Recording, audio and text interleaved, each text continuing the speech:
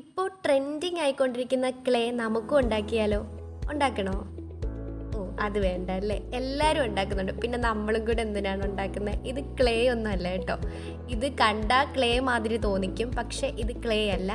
ഇത് ഞാൻ ബൂസ്റ്റിംഗ് ആയിട്ട് ചെടികൾക്ക് കൊടുക്കുന്ന ഒരു വളമാണ് കേട്ടോ. ഇത് മാത്രമാണ് എൻ്റെ ഏക വളം. ഇത് ജൈവ സ്ലറിയാണ് കേട്ടോ.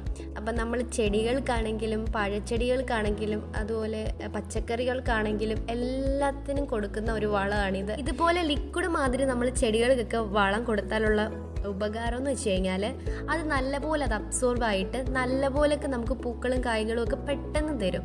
അതേസമയം നമ്മളല്ലാതെ നല്ല കട്ടിയുള്ള വളം കൊടുത്തു കഴിഞ്ഞാൽ അത്ര പ്രയോജനം ഇല്ല എന്നെനിക്ക് തോന്നിയിട്ടുണ്ട്. ഇന്ന് നമ്മളിപ്പം എല്ലാത്തിനും കുറച്ച് വളങ്ങളൊക്കെ ഇട്ട് കൊടുക്കുമായിരുന്നു. പിന്നെ കുറച്ച് കായ്ച്ചൊക്കെ തീരാറായിട്ടുണ്ട്, അതെല്ലാം പറിച്ചിട്ട് പുതിയത് നമുക്ക് നടണം. അതൊക്കെയുള്ള പരിപാടികളായിരുന്നു ഇന്ന്.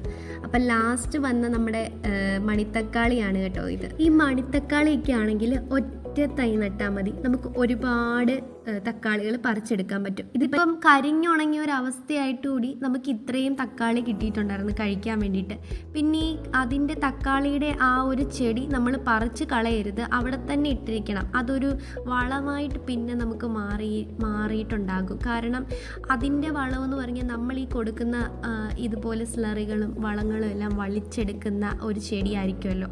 അത് പിന്നെ അവിടെ കിടന്ന് അലിഞ്ഞ് ചേരുമ്പോഴത്തേക്കിന് അതൊരു നല്ലൊരു വളമായിട്ട് മാറും. ഇത് നമ്മുടെ കോളിഫ്ലവർ ആണ് കേട്ടോ. ഇത് മാറ്റാനുള്ള കാരണം എന്ന് വെച്ച് കഴിഞ്ഞാൽ അതിൽ ചള്ള പിടിച്ച മണ്ണാണ് ഇരിക്കുന്നത്. എന്തായാലും അത് പോകും. പിന്നെ ഇങ്ങനൊന്ന് ചെയ്തു നോക്കാമെന്ന് വിചാരിച്ചു, പക്ഷേ ഇത് തണുപ്പ് കാലത്താണ് നല്ല രീതിക്ക് ഇത് ഉണ്ടാകുന്നത്.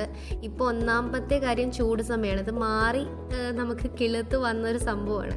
അതുകൊണ്ട് വലിയ ഉറപ്പൊന്നുമില്ല. പിന്നെ നമ്മുടെ ഉള്ളിയൊക്കെ നല്ല പോലെയൊക്കെ കിളിർത്ത് വരുന്നുണ്ട്. ഈ പ്രാവശ്യത്തെ ഫസ്റ്റ് ക്യാപ്സിക്കം ആണ് കേട്ടോ, നന്നായിട്ട് വിളഞ്ഞു കിട്ടിയിട്ടുണ്ട്. എന്തായാലും ഒന്ന് പറിച്ചു